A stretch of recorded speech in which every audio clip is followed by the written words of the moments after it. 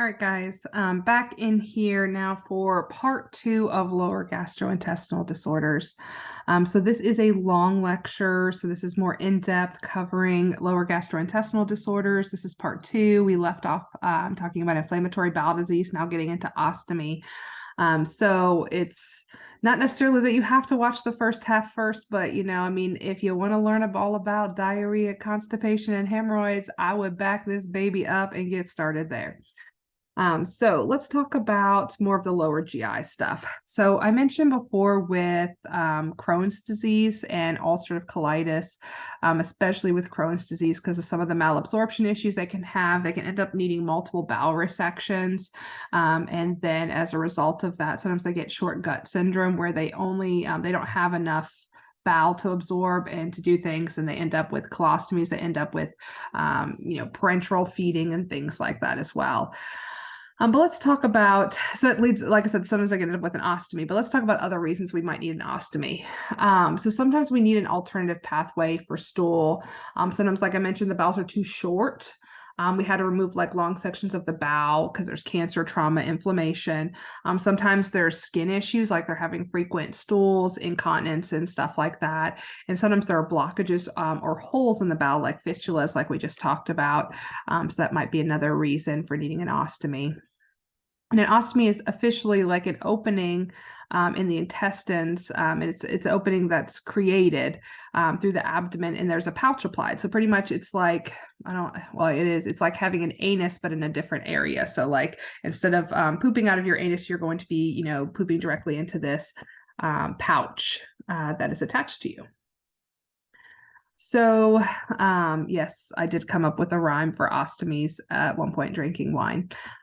This is where all of my best material comes from. So it does not come from being incredibly smart. It does not come from being incredibly capable or some sort of amazing training. It literally is just wine. I do not drink very often anymore, but, sometimes the rhymes still come to me. So it may be a post-traumatic too much wine syndrome. So yeah. Needless to say, I don't, as a person, like if you ever meet me in person, I do not generally rhyme all the time, but just sometimes it comes out. So anyway, let's talk about getting deeper into the ostomy. So first and foremost, ileostomies. You're going to see a lot of questions on ileostomies. It's a very hot topic in ostomy, if there is a hot topic in ostomy. An ileostomy is liquids. Ileostomy, you have to think about where the opening or hole is going to be. It's going to be in the ileum. And so that is more closer to the small intestine than it is the large intestine. And as a result of that, there's going to be more liquid stool found for an ileostomy. Whereas we start moving and placing, the opening for an ostomy in the colon area, it's going to be more formed. So in other words, there's more liquid material stool in the ileum or small intestine area versus as we get into the colon, and the farther we get in the colon, it's going to be more formed stool. There's a variety of pouches, types of ostomies and different pouches and stuff like that. I'll tell you this, don't get too crazy or drive yourself nuts with this stuff. You might want to know that like a Coke pouch is a continent pouch usually, but which I'll talk about in a second.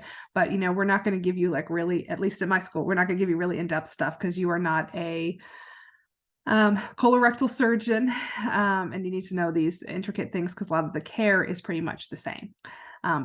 So there, one option is what's known as a Coke pouch, and what this is what's called a continent pouch. So instead of having to have a bag on the outside, what this is kind of like intermittent catheterization where patients with a Coke pouch, what we do is we actually, and yes, this is another really bad rhyme that I'm not going to look at right now because sometimes I'm actually constantly embarrass myself. But I'm not going to read this out loud, but you can read it for your own, rhyming pleasure. But needless to say, the Coke pouch is like an internal pouch. So instead of having the bag on the outside, what this allows you to do is you actually catheterize this pouch. And when you catheterize this pouch, it allows for drainage of the stool. So that way, instead of having to have that bag on the outside, it's like you're collecting the stool in this little pouch on the inside, and then you drain it every, 4 hours or so, 4 to 6 hours.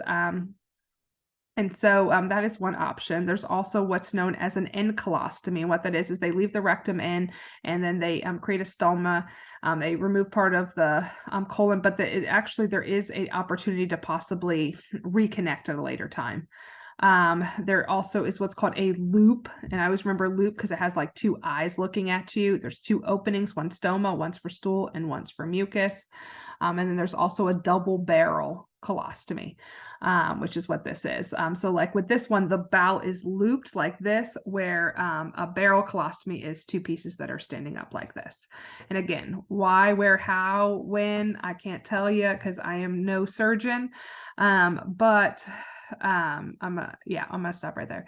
I'm not gonna get off into weird jokes and rhymes. But I am no surgeon, but all I can really say is that you don't need to know in depth about but understanding why they might look different and stuff like that. And that definitely want to know that some of them can be continent, or the rest of these are mostly incontinent pouches where they're going to have stool coming out on the outside. So as the nurse, one of your priority things that you definitely 100% do need to know about is, what should a stoma look like? Part of my daily assessment of a patient that has an ostomy is going to be how's their stoma. So normal color should be rose or brick red. Abnormal would be if it's pale, that'd be a sign of poor blood flow, or if it's dark red, it could be a sign of swelling, irritation, things like that. There also would be concern with edema. It's normal to have mild to moderate, especially immediately post-operatively. But as time goes on, if it's moderate to severe, there could be obstruction, there could be an allergy, or it could be a sign of gastroenteritis. Same with bleeding. It's normal to have a small amount of bleeding when the stomach is when the stomach or the intestines are touched due to the vascularity. But if there's any moderate, large amounts of bleeding, I'm going to get concerned that there's GI bleed, maybe a coagulation problem, or liver disease going on. My goals, or the ways that I want to help patients that have an ostomy, I really want to be focused on their fluid and electrolytes, because they are going to be losing straight stool pretty regularly. And so what I want to do to help these patients, especially if they have an ileostomy, is watch their output closely, replace electrolytes as needed. They're going to need increased fluid intake. So usually we say about like 3 liters per day. And especially if there's hotter weather, like if you live in Texas, like I do, you're going to need more fluid intake. Also, if they're having more diarrhea, or if they're sweating a lot, they're going to need to increase their intake. Keep in mind, this is also one of the times, it's not that we want no fiber or incredibly low fiber, but this is not a patient we want to push fiber on, because fiber generally is very good, but fiber for a patient with an ostomy can actually lead to excess stools. Excess stools means excess losses, which is not helpful for this patient. Let them know it may take a few days to get output, so don't be afraid if it doesn't come right away. And we want to avoid foods that cause gas and diarrhea. And per your textbook, these are those foods, the textbook that we use for my school. So here's some of the odor producing, the gas forming, and diarrhea causing. Definitely want to know those. I mean, some of these make sense. Some of them you may not have been aware of. So definitely something to look at and go over to think about some of those foods and things we might want to steer clear of. So my other priority is going to be skin health and education. And so daily care is going to include checking out their bag. Like when I chart on a patient that has an ostomy, when I chart on a patient that has an ostomy, I'm not just charting about their stoma, I'm also charting about it's what's called an appliance. So I want to chart whether it's a 2-piece or a 1-piece. So a 1-piece is going to be less expensive. The 2 pieces, like literally the bag comes off and you can just toss out the bag and replace it, which is super convenient, but obviously super expensive. Like to have to take off this bag and throw it away every time versus have just one and take the whole apparatus off. The 2 pieces are always more expensive. But it just really depends on your hospital, and the social worker a lot of times have to set up to make sure that they have the supplies that they need. We're going to change the bag every 4 to 7 days. And what I mean is that like we're going to empty it when it's, I want to say we empty it when it's, oh, I don't even have that. I feel like I used to have that on my slide. We want to empty it when it's like 1/3 full. I want to say it is. I'm pretty sure it's 1/3 full. We want to empty it. We don't want to let it overflow or get too full. So usually about 1/3 full, we want to empty it. We're going to change the bag every 4 to 7 days or as needed. Obviously, if it breaks, perforates, we're not going to just keep taping it. We just change the bag. Those that have an ileostomy, they're going to have pretty much continuous drainage. So we do not want them to encourage them or tell them to take their cover off routinely. Like even when they get in the shower, they should keep it on. Monitor the stoma carefully, look for perfusion. Avoid heavy lifting. So, that causing strain, especially having that bowel out, can lead to strangulation and issues with their bowel. We want them to burp the bag if necessary, because even if they're not getting stool out, sometimes they're just getting gas out, just like you and I do.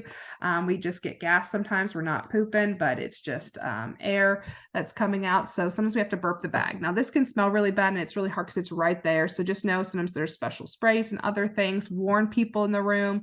And having excess gas in the beginning is normal.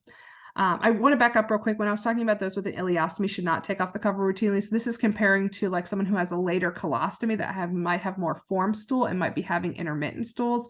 They may be able to take off their appliance and shower, but those with an ileostomy that have that more liquid drainage will not be able to. We want to monitor the skin around the stoma carefully for breakdown. And make sure they're seen by a WOCN, which is a wound ostomy and continence nurse. They're going to really help to give them teaching and training. Some of the emotional stuff that comes with this, it can be really emotionally a struggle to really accept having this device and having this problem, not having this problem, but having this, appliance and stuff on you. There's a lot of image issues. And so sometimes like the best way that we can tell a patient's adjusting, psychologically, emotionally, is that they're willing to look at it, that they're willing to look in a mirror and actually see that this bag or look at their stoma, that they're willing to help with the care of it. Because sometimes for a while, they just want someone else to do it because they're so ashamed. And they shouldn't be ashamed, but a lot of times it's hard not to feel that way when you're not used to having a device like this. So just know there's a huge psychological component too. All right, let's get into some other disorders. Like I said, we're going to talk about diverticular disease. So just like with Crohn's, and ulcerative colitis, there was those two. There's also two types of diverticular disease, and they actually have very opposite care and treatment. So you definitely want to make sure that you don't get these confused and don't get these mixed up. So when we're talking about diverticular disease, what's happening is effectively, think of it like getting hemorrhoids, but on the outside of your intestines from like too much pressure. So pretty much there's weak areas of the intestines and these out pockets happen. And a lot of times they are, I don't want to say pointless, but harmless. That's the word I'm looking for. They're harmless, but they can lead to some issues, which is what we're going to talk about. So risk factors for diverticular disease are going to be a low fiber diet, because again, that's straining, obesity, inactivity, like think of all the things related to constipation, smoking, drinking, and a weak immune system. I can't talk. Immune system can also be the cause. A diverticula, just in itself, would be one of these. Just one of these by itself is an out-pocketing of the mucosa. Usually on these cause no problems. You and I, we're sitting here, we got some pockets, baby. Like we got some stuff going on. Even if we don't want to admit it, it's there. They usually happen in weak areas of the colon. But what happens when there becomes multiple of them that are, painless, not inflamed, no issues, is what we call diverticulosis. So that's the first thing you know about is, non-inflamed, bunch of non-inflamed diverticula are diverticulosis. This is not actually a problem. There's usually no symptoms. We'll talk about it, but it's different management. Then here's the one that you want to worry about. It's the itis. Always think the itis is worse. Because I always remember losis, there's a low chance of a problem, where itis, it's inflammation, there's a problem. And so what happens is sometimes, like I said, sometimes these little pockets, no problem, nothing's going on. It's just a little pocket. It's just a little cute pocket, like, you know, pocket change purse that I got on my intestine. But sometimes these can cause issues. And when they get inflamed, because what can happen is food can get stuck in them, get a popcorn kernel after movie night, it's getting stuck in that little diverticula. And what can happen is it can get inflamed, and then this can lead to very serious issues, perforation, peritonitis, that kind of stuff. So let's break these down. So this is what it looks like inside the bowel if you're looking inside from like a colonoscopy standpoint. Just looks like a bunch of holes, like a bunch of pockets, like I said, little pocket change, pocket penny. So diverticulosis, there's a low chance of having symptoms or problems. Most have no symptoms. If they do have symptoms, they might have some like generalized abdominal pain, bloating, or changes in their bowel health. Then there's diverticulitis. So this is the scarier one. And so usually they're going to have acute pain, and we may note a mass in their left lower quadrant. That's from that inflamed diverticula. So if you remember, I said left lower quadrant, think diverticulitis. They can have nausea, vomiting, diarrhea, and even fever or signs of infection from that inflammatory process. So diverticulosis, since there's a low chance of there being problems, what we do is we just make sure that they're having adequate bowel elimination. We treat it a lot like we treat constipation. Fluids and fiber, we want to prevent them from having low motility. We want them to have decreased intake of fat and red meat. And then we want to do things like stool softeners if needed. We may use some bulk laxative like that fiber laxative, that psyllium fiber, and then things like weight reduction and increased physical activity. So here in diverticulosis, we're not really treating any problem. There's not a problem. We're not treating the diverticula that are there. We're trying to prevent more from forming, and we're trying to decrease their risk factors and problems associated with those. On the other hand, if I get to the point where I have diverticulitis, this is that acute inflammation. This can be very serious, and like I said, lead to perforation, peritonitis, and death. So as a result, with this something's inflamed. My bowels or my diverticula, my little pocket pennies, penny pockets, whatever you want to say, they are inflamed, they are angry, they are pissed off. So if I've got these little inflamed pockets in my bowel, I don't want to put anything in my bowel, either up from the butt or down from the mouth. I don't want to put anything in. Because anything that's going to speed up, put pressure, cause contractions, cause motility. I want no stimulation of the bowel, because that's just going to make it worse. They could perforate. Think of it, I'm trying to think of there was an analogy I had in my head and I just lost it. I was going to compare it to Jenga, like where you're pulling out the pieces and you don't want to disrupt the structure. It's kind of like that, but it's probably not the best analogy. But it does make me want to play Jenga. But needless to say, we don't want to put anything like they're going to be NPO, so we don't want them to eat anything, but we also don't want them to what do you call it? We don't want to be giving any enemas, doing anything to stimulate the bowels from below either. So NG tube to help with decompression, take out the extra gas and stuff like that. NPO, nothing by mouth. We're going to monitor their intake and output closely for any changes. They're probably going to need IV hydration, most likely going to need antibiotics, and they may need surgery like a bowel resection. This is just showing a bowel resection. Aside from that, we just do symptom management, and we're just managing their pain and their problems. So let's talk about hernias now. So hernias, we talked about a little bit. I think we talked about it I feel like we talked about it at some point. Oh yeah, because we talked about not inguinal hernias. What is it called? We talked about hiatal hernias. Okay, it almost evaded me, and upper GI. But let's talk about hernias in general and some of the other ones you might want to be familiar with. So like I mentioned before, hernias are where there's an organ, an internal organ that starts slipping through an abnormal opening or a weak area in another cavity.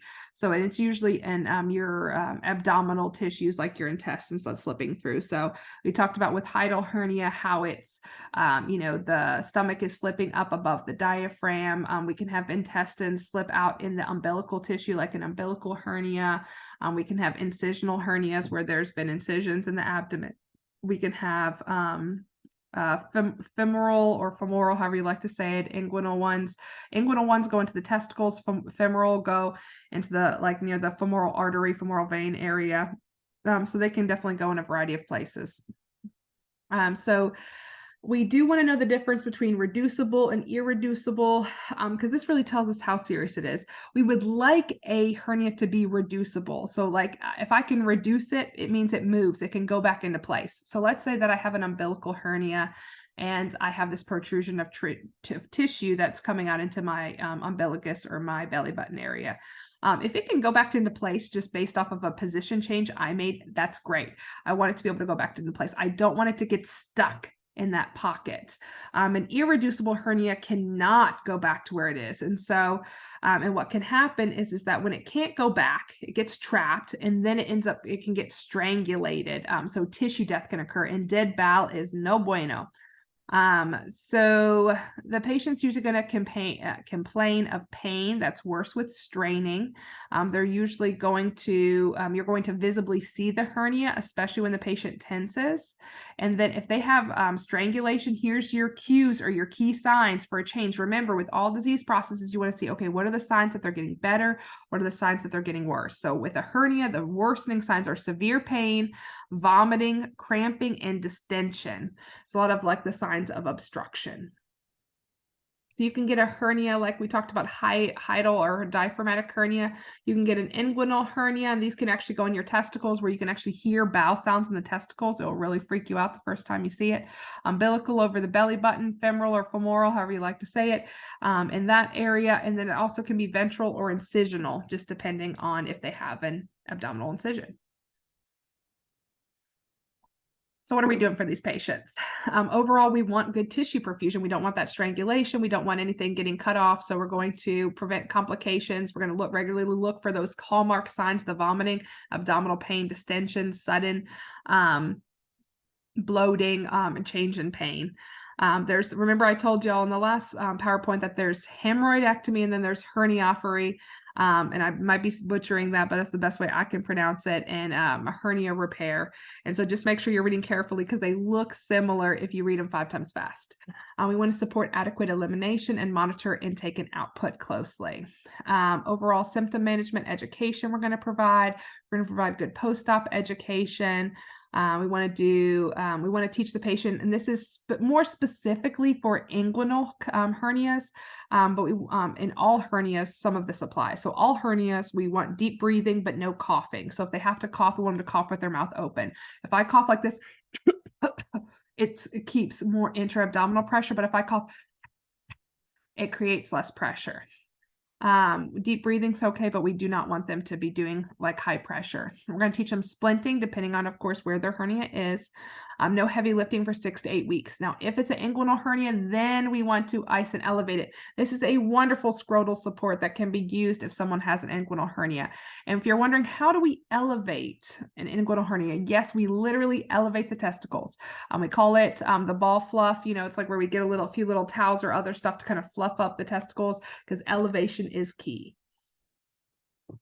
So now let's talk about bowel obstruction. So bowel obstruction, like the name suggests, is a blockage. So the bowels usually work by peristalsis. So everything's moving, you know, contracting. But what happens in a bowel obstruction is there's something that either mechanically blocks or creates a obstruction in my path, or sometimes there's no bowel flow, or what we call an ileus.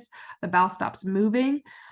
Or there's like an obstruction that leads to lack of flow to the bowel, so therefore they cannot have peristalsis or contract. But either way, what happens is that an obstruction occurs, whether it's mechanical or non-mechanical, which I'll talk about in a second, and then it leads to a lot worsening problems. Because what happens when, just like when there's less flow in the bloodstream, you know, I always got to bring it back to cardiac. If there's less flow in the bloodstream, just like if there's less flow in the bowel's going to start trying to work on overdrive, try to help get things moving. But eventually it gets really tired, it stops, and it gets worn down. So like I was mentioning, there's what's called a mechanical obstruction, which is, you know, there's actually a physical thing in the way. So it's either, you know, they've had surgeries and they've had a lot of adhesions, can lead to it. They could have a hernia, they could have tumor, they could have strictures, like in Crohn's disease, things get really narrow. But there's also a non-mechanical, which means that there's not actually an obstruction, but there is something stopping peristalsis from happening. So either there's an ileus, which means there is absence of movement in the bowels or peristalsis, or there's a vascular obstruction or a blood clot that's stopping the bowels from being able to contract appropriately. So, and I know that sometimes I've called this a bowel obstruction, sometimes I've called this an intestinal obstruction. It's the same thing. Don't get your head a little too kooky around that. So what does this patient look like? So there's some hallmark symptoms. The hallmark symptoms are, usually the, I want to say it's like bloating, abdominal pain, vomiting, and bloating. I want to say bloating and distension are the same thing. But yes, I feel like, and then maybe absent bowel sounds. Well, no, that's just paralytic ileus. I feel like there's a trifecta. I would call it, what do you call it? I was gonna say hallmark symptoms, because it's gonna bother me. Bowel obstruction, because I feel like there is like four hallmark symptoms. Because I want to say it's pain, bloating. Yeah, maybe it's like constipation. Oh yeah, that's it. Yeah, that was constipation was the other one. So they have like the vomiting, constipation, bloating, and pain, I feel like are the hallmark symptoms. So what do you call it? They can have what's called like a colicky pain. It's sudden, it's really uncomfortable. They have projectile vomiting. You have to think of how that makes sense. There's literally an obstruction that's blocking them. So if stuff can't go down forward, where is it going to go? It's going to back up and it's going to get projectile vomited out. They can have hyperactive bowel sounds above, because remember, the bowels are trying to push against that obstruction. So they have hyperactive a lot of times above, but then below there's absence because there's an obstruction there. Especially if there's a paralytic ileus. So this is another time that absent bowel sounds are expected, but it doesn't mean it's okay or that it's a good thing. But just so you know, like it wouldn't be like if they have absent bowel sounds, I definitely need to look into it and do something about it, but it could be just a sign of an obstruction. Tenderness, low-grade fever, and like I said, constipation is also a big thing, in distension. So what do we do for this patient? So we want to prevent infection and perforation, pretty much prevent complications. So we're going to monitor their emesis, do regular abdominal exams, maybe give them antiemetics as needed. Comfort and rest. Sometimes these patients, the knees flex position is going to be more helpful for them. MPO, NG tube, which, I think it's really helpful as we get into lower GI. Think about the patients that we want to feed and what they're going to feed them, and then the patients we don't want to feed, who gets MPO NG tube, and maybe go through and look at these disorders and kind of mark out which ones are which. Good oral care. Anyone who's vomiting, one of the nicest things I can do for someone who's vomiting is clean their mouth. They may need blood cultures and antibiotics. They could end up, it's a complicated process. There's some really good videos, like if you look up about, and I want to say it's like under like osmosis or something like that. There's some really good videos that like illustrate what happens and how there's more and more problems with obstruction. It can lead to some severe imbalances and stuff like that. So blood cultures, antibiotics, watch your fluid and electrolyte balance and nutrition, because obviously this patient's most likely going to be MPO because we can't get anything in them, at least enterally. So they may need parenteral nutrition, if nothing else, fluid and electrolyte replacement. A lot of these resolve on their own, but they may need surgery if it does not. And then we're going to give pain medications for their pain, and like I mentioned, nausea medicines. So very quick note about polyps. Polyps are overgrowth in the colon or large intestines. A lot of times they're normal, just kind of like our little diverticula, but some can result in cancer. Usually these don't have symptoms, but some people may have rectal bleeding associated with them. We can diagnose them with colonoscopy, sigmoidoscopy. Usually they're incidental findings when we do those, or barium enema. And if we need to remove them, we'll remove them if it's indicated. A lot of times these are very harmless. All right, now let's talk about, and you're going to see I'm jumping through a lot, but yeah, there's a lot in lower GI, but some of them, it's just a lot of little things. So hopefully you're keeping up. Appendicitis. So appendicitis, this is something that's really common in ages 10 to 30. It's inflammation of the appendix. And at some point in life, the appendix may have had a very important role in our lives, but now it doesn't really play a role.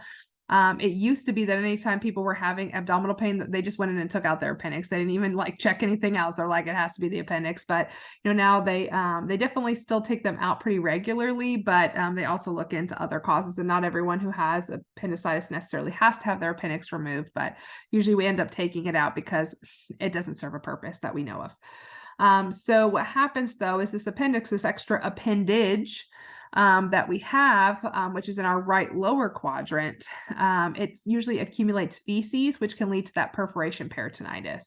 So they're going to have pain over McBurney's point, which is kind of a little right and like low, I was going to say right and lower of the, I was about to say umbilical cord, belly button. That's what's called McBurney's point. They also can have general pain in their right lower quadrant, nausea, vomiting, that rebound tenderness again. That noise actually comes with it. I'm just joking, it doesn't. You push down, and when you push back up, it's that rebound that causes the pain. It doesn't hurt when you push down, but when you let go, it hurts. Nausea, vomiting, like I said, low-grade fever. They also can have rigidity and guarding of their abdomen. There's a really high chance of perforation peritonitis with this, so we're going to be looking. So definitely look for those cues. Know your cues for perforation peritonitis, like I mentioned previously in the last PowerPoint. Pain is going to be worse with pressure, so coughing, sneezing, deep breathing is going to make things worse. They're going to feel better when they're lying still or bending their right leg. Like I said, these are those people that with the flex really helps. So what do we do for appendicitis? We're just managing infection or preventing infection. Usually they're going to need surgery, monitor their vitals closely. We usually keep this patient in NPO. And just like in diverticulitis, we don't want any stimulation of the bowels. We don't want anything above. So NPO, we don't want anything above, like nothing to eat, nothing below. So no stimulation of the bowels, no suppositories, no enemas, nothing like that. We want to monitor their intake and output closely. And if it's ruptured, they may need IV fluids and antibiotics, and then just managing their pain as needed. Okay, so now we're going to get into some biliary disorders. So we've gone through all of the gastrointestinal disorders. So now we're going to get into biliary disorders. So this is going to include acute and chronic pancreatitis, cholecystitis, and cholelithiasis. So acute pancreatitis is something that you're going to see pretty regularly in the hospital. In some of the other videos I have, I think on my TikTok, that I talked about alcoholism being one of the most common causes, and it still is very common, but I will sit here and support, because there are some people that feel like there's like a bias that a lot of people assume, hey, you have to be a drinker in order to get pancreatitis, and you don't. It can be from gallbladder disease, it can be insidious, it can be a lot of different causes, but just know that people that drink are at higher risk, and people that have gallbladder disease are at higher risk. But what's happening here, the pancreas serves a few functions. It helps secrete insulin. I was trying to get rid of this thing because this thing keeps standing in my way, and it drives me nuts because I'm a little OCD, but I think it's just going to stay there. I'm going to have to accept it. Okay, there it went away. Yay. And you may not see it, and it may look like I'm a crazy person. I'm only 75% crazy, I swear. So pancreas serves two functions. It helps to secrete pancreatic enzymes, but and then it also helps with insulin. So here, when we're talking about pancreatitis, there's stuff that with the insulin that can get affected, but we're mainly concerned about the pancreatic enzymes. These enzymes help to break down food. And so usually they're released. I eat something, pancreatic enzymes come to the rescue, they're released, they help to go into the small intestines and chomp, chomp, chomp, chomp, chomp, eat that stuff up. And so it's usually working very harmoniously. However, what can happen sometimes is that there's an inflammation of the pancreas, and then all of a sudden there's this spilling or this overboard amount of enzymes. And think of these like little Pac-Man. They go around chomping, chomping, chomping on everything to the point where they actually start breaking down tissue. And so with acute pancreatitis, the biggest concern is that this chomping or these pancreatic enzymes, they can get released in the bloodstream, start chomping on other tissue, especially nearby tissue like the lungs and stuff like that. You can get infections, you can get cysts, you can get a lot of problems with acute pancreatitis. the like real hallmark symptoms or hallmark problems that we have with this is going to be pain. These people come in with a lot of pain, and pain is one of their big partners. They are going to need opioids. Like, we're definitely not giving them Tylenol, because like I said, a lot of times you have to think about the comorbidities people have with this. But the bigger issue that we really see with this is that it's a lot of pain issues, a lot of nutrition issues, and then we worry about damage to other tissues. Pain, nutrition, damage to other tissues. It sounded like it rhymed for a second.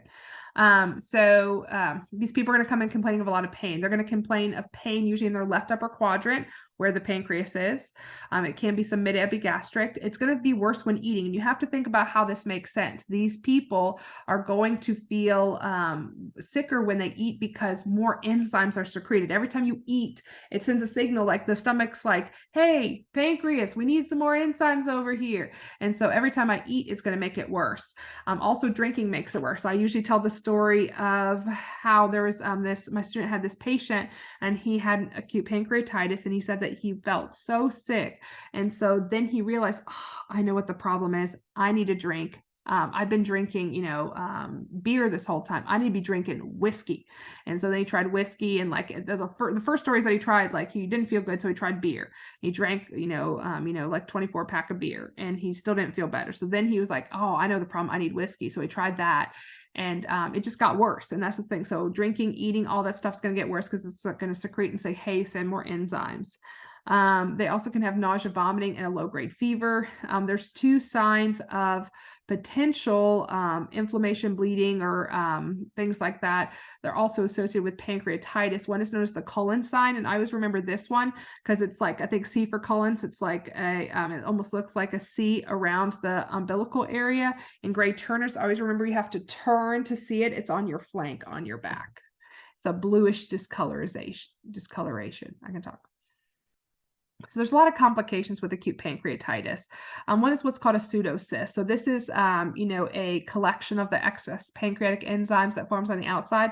And this might look super cute, but it's not super cute if it bursts and creates peritonitis and sepsis death. If it becomes infected, it can become an abscess, which can definitely become a big problem. And then, like I mentioned, inflammatory particles can spread into the bloodstream and travel places. And especially because of the location of the pancreas, it's common for it to spread into the lungs.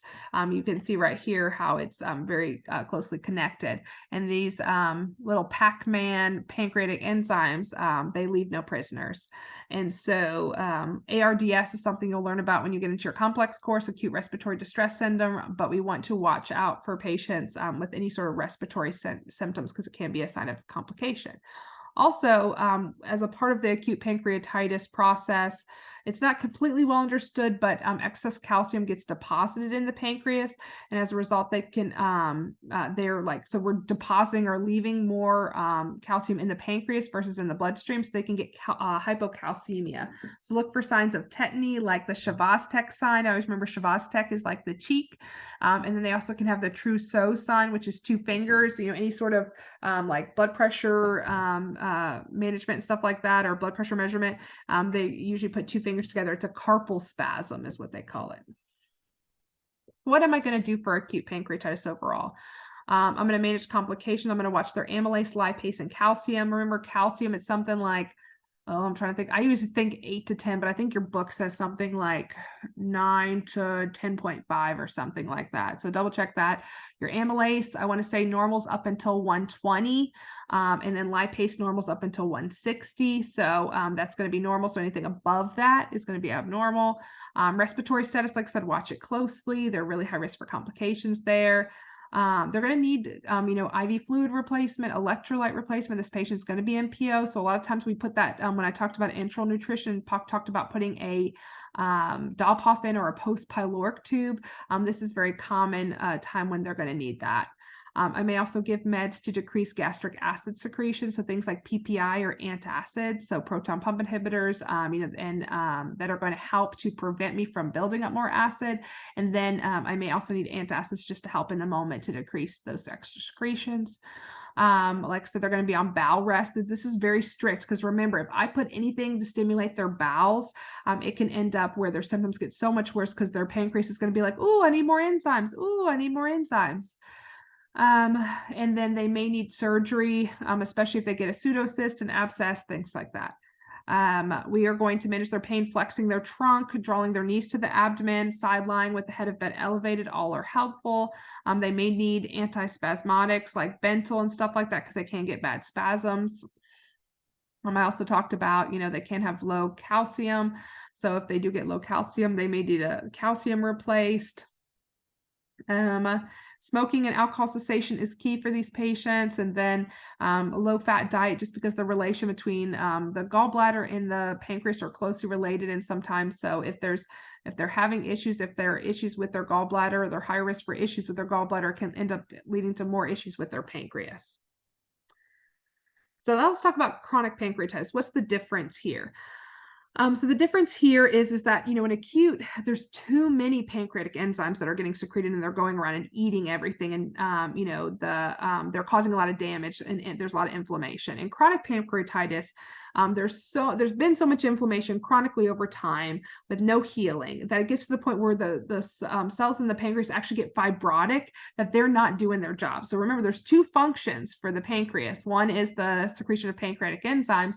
The other is going to be insulin. So these start to get malfunction. So, in acute pancreatitis, I have too many enzymes. In chronic pancreatitis, I actually have not enough enzymes because I'm not producing enough, because all of my tissues and stuff are starting to die in my pancreas because of the fibrosis from the inflammation. Similar risk factors, but the symptoms are going to be different. So with these patients, they have more of a gnawing abdominal pain. It's not going to be better with food or antacids. They may have weight loss, jaundice, dark urine, or fatty stools, also known as steatorrhea. So overall, I want to prevent and manage complications. Less acid, the better. So PPIs, antacids, things like that. I need to monitor for diabetes and manage blood glucose. So not every patient with chronic pancreatitis is going to have glucose issues, but I need to monitor closely. So regular glucose monitoring. It doesn't mean necessarily daily all the time, multiple times a day, but it's, regularly we'd be monitoring for diabetes or insulin resistance, stuff like that. Pain management is key for these patients. A lot of times it's really hard to manage their pain over time, so they may have to work with a pain management specialist. And so the difference here, remember, acute pancreatitis, I have too many. I don't want any more. But with chronic pancreatitis, I don't have enough. So one of the mainstay treatments for chronic pancreatitis is replacement of pancreatic enzymes. And this is a medication you might see known as pancreolipase. The key here is to take it with meals. The whole point, this is a pancreatic enzyme, and what's the job of a pancreatic enzyme is to digest. So if I take this on an empty stomach, there is nothing there for it to digest, nothing there for it to eat up. So it could cause problems, but more than anything, how is it really helping if there's no food for it to digest or help to digest? We also want to tell them no smoking or drinking, avoid caffeine. It can be an irritant, preventing attacks, and general diet is going to be small, bland, low fat, frequent meals. Now let's get into gallbladder problems, last but not least. So gallbladder problems that can come up, there's cholelithiasis, which are stones, and then cholecystitis, which is inflammation. So you got the itis there and the iasis, which is the stones. Isis is stones, itis is inflammation. Both of these are in the gallbladder. These usually happen together. You can have stones without inflammation, but usually once you get stones, there becomes inflammation, or inflammation starts. So what happens with cholelithiasis is there's creation of stones because there's some sort of imbalance of the materials in the gallbladder.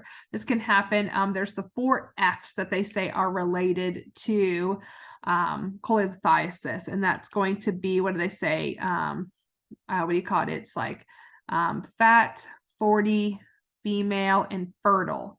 And so that's the 4 F's that I've seen before. So it's like hormonal stuff, being at least age 40, we call it being fat or obese, and then also being female gender as well. Cholecystitis, like I said, the most common cause is usually a result of stones, but other risk factors, anytime you're fasting, like fasting is a really popular thing these days. But what fasting leads to is that your GI system is less active and you're burning more fat, which can lead you to have a state of having more difficulty processing and stuff like that with your gallbladder. Also, having prolonged parenteral nutrition or diabetes can put you at risk for cholecystitis. So These patients can have no symptoms, but with cholelithiasis or the stones, they usually have what's called biliary colic, which is severe pain, their heart's racing, sweating, and usually they're going to complain of it after a high-fat meal or when they're lying down. They may have dark amber brown urine as well, whereas cholecystitis, again, severe pain, but they also usually is accompanied with fever and chills. They can have jaundice or a change in their skin color as a result, because remember, the gallbladder is a part of the liver. Their tenderness, remember, you want to think about where the gallbladder is, right upper quadrant. So far we have right upper quadrant, gallbladder, left upper quadrant, we're worried about pancreatitis. Right lower quadrant, we're worried about appendicitis, and then left lower quadrant, we're thinking about diverticulitis. So anyway, yeah, I think I went through all right. So we may get an ultrasound to visualize the stones or the gallbladder in order to see what's going on. You may do what's called an ERCP, which is like an endoscopic retrograde chole, blah, blah, blah, blah, long name. And so it allows us to endoscopically go in and look to see if there's stones present. We may look for presence of infection with an increased white blood cell count, and we may also make sure that their liver is doing okay after this damage that's going on with these stones or inflammation. So maybe those AST and ALTs. We also want to see how the function is of the bile system or the biliary system. And so we want to look for any sort of obstruction. So we're going to check for what their bilirubin is to see if they're able to excrete it. So my overall goal here, I want to get rid of the stones if there is, because it's an obstruction, it blocks and it leads to changes. And so all like those symptoms when we're looking at the changes in their urine or changes in their stool and stuff like that, it's all related to a block of their bile duct. And your bile is what colors your stool the way that it does and helps color your urine and make it the way that it is. So when that's blocked, then you're going to have changes to the color of those and things like that. So we want to get rid of the stones. And we can get rid of the stones with things like lithotripsy and stuff like that, or sometimes they just end up taking out the gallbladder. But if there's cholecystitis, a lot of times that inflammation leads to a need to remove the gallbladder altogether, which is what's known as a cholecystectomy, and this is the golden standard for treatment. Just know with generally before any surgery, patients receive antibiotics right before, and whether they have an infection or not, just to help support and prevent. We also may give them bile acids if they have stones. These can help to dissolve any stones that they might have, in their gallbladder. So I always need to know as the nurse, what is my role or how am I helping to manage this patient? So post gallbladder surgery overall, keep in mind I talked about before when people have laparoscopic surgeries that they're injecting CO2 in to help inflate or bloat it up so that they can see better as they're doing the surgery. But no, this can lead to CO2 pain. It's usually like a shoulder pain. They might have breathing difficulties. Usually we found that it can be improved with movement, especially placing them in the left Sims position. It's where they're laying on their left side and they have their right knee flexed. We also want to watch their ventilation, respiratory status closely. There is a drain that might be present that's known as a T-tube. So we're going to monitor for that for drainage. They can return to work in about a week, usually. We want to avoid any heavy lifting for 4 to 6 weeks. Notify the doctor if they have any signs and symptoms of infection. And they can usually remove the bandages and shower the day after surgery. Overall goals in general for chole kind of problems or gallbladder problems. Fluid and electrolyte balances, again, hydration, nutrition. Keep in mind that if it's chronic issue, they may have issues with their fat-soluble vitamins, that's ADEK. They're no longer maybe going to be absorbing those, so we definitely need to replace them as needed. We want to monitor their stool and their urine closely, because remember, those can be signs of obstruction because they're going to change colors when my gallbladder is not working the way there's an obstruction in my gallbladder.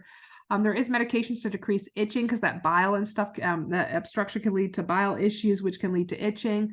So this is a medication that can be used to decrease the itching, but it's a binding. It binds to that bile and stuff like that. And but as a result of that, it can also bind to other medications. Any medication that binds to everything. It's equal opportunity. So you want, I shouldn't say every medication, but a lot of medications that bind to everything. So we usually want to take it by itself.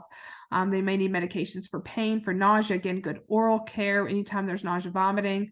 NG tube if needed. Remember, sometimes this patient is going to be NPO.